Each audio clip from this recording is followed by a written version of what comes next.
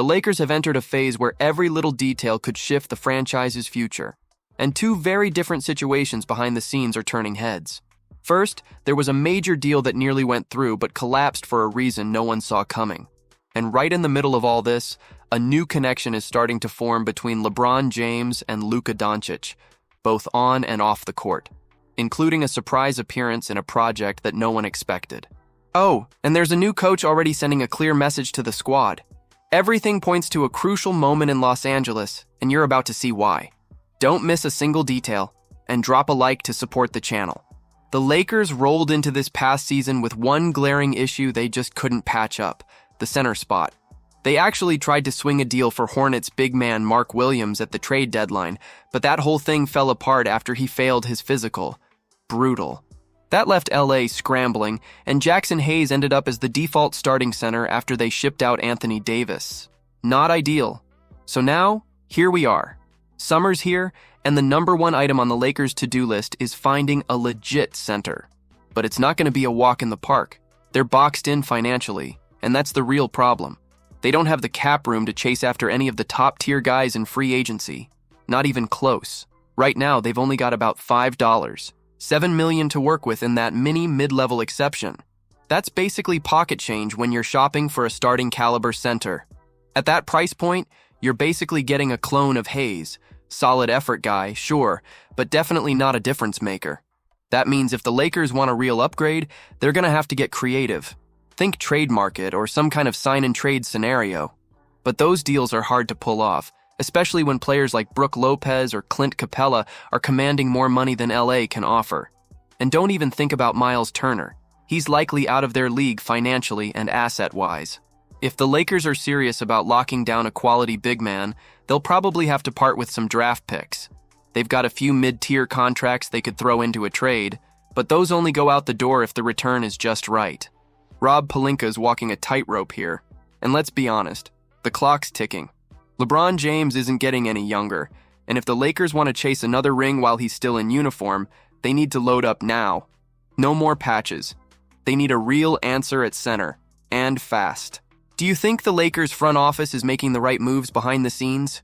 Let us know in the comments. And hold on, because what's developing between LeBron, Luka, and the new coaching staff might change everything. So here's a duo nobody really saw coming, but now that it's here, it kind of makes sense. LeBron James and Luka Doncic, Lakers teammates. Yeah, wild. The two have been getting to know each other more now that they're rocking the same jersey, and while they've still got plenty to learn about each other, the connection's clearly building. That connection just went up a notch too, with Luka set to join LeBron and Steve Nash on the Mind the Game podcast this Sunday. You can bet that conversation's gonna get deep. Luka's already dropped some insight, talking about how basketball became the sport for him growing up, even though he gave just about every other game a shot. I wasn't good at anything else, he said with a laugh. Except maybe soccer. I wasn't like you, referring to LeBron, but I tried. Tennis, soccer, volleyball, you name it. He was out there playing. But every time school let out, it was all about basketball. That was his happy place, and the roots run deep. Luka's dad, Sasa Doncic, played professionally and later coached in Europe, so Luka grew up around the game. He was literally the ball boy for EuroLeague games with Olimpija, getting shots up before tip-off, at halftime, and after the buzzer. That's where the obsession started, and where his game started to take shape. Fast forward to now, and Luka's resume is already stacked. Rookie of the Year, 5-time All-Star, 5 All-NBA first teams, and an NBA Finals run, all before turning 27. He turned pro at 16 with Real Madrid. The dude's been hooping on grown men for a decade, and now he's the face of the next Lakers era. The franchise went all in with the trade, banking on Luka to carry the torch once LeBron finally calls it. But to hit that championship ceiling, he's got to unlock the best version of himself.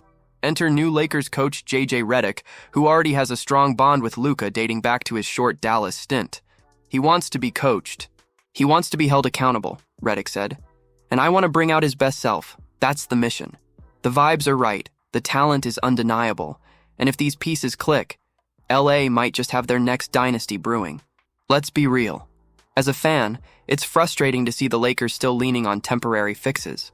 LeBron's clock is ticking, and now with Luka stepping in, there has to be real planning, not just hope.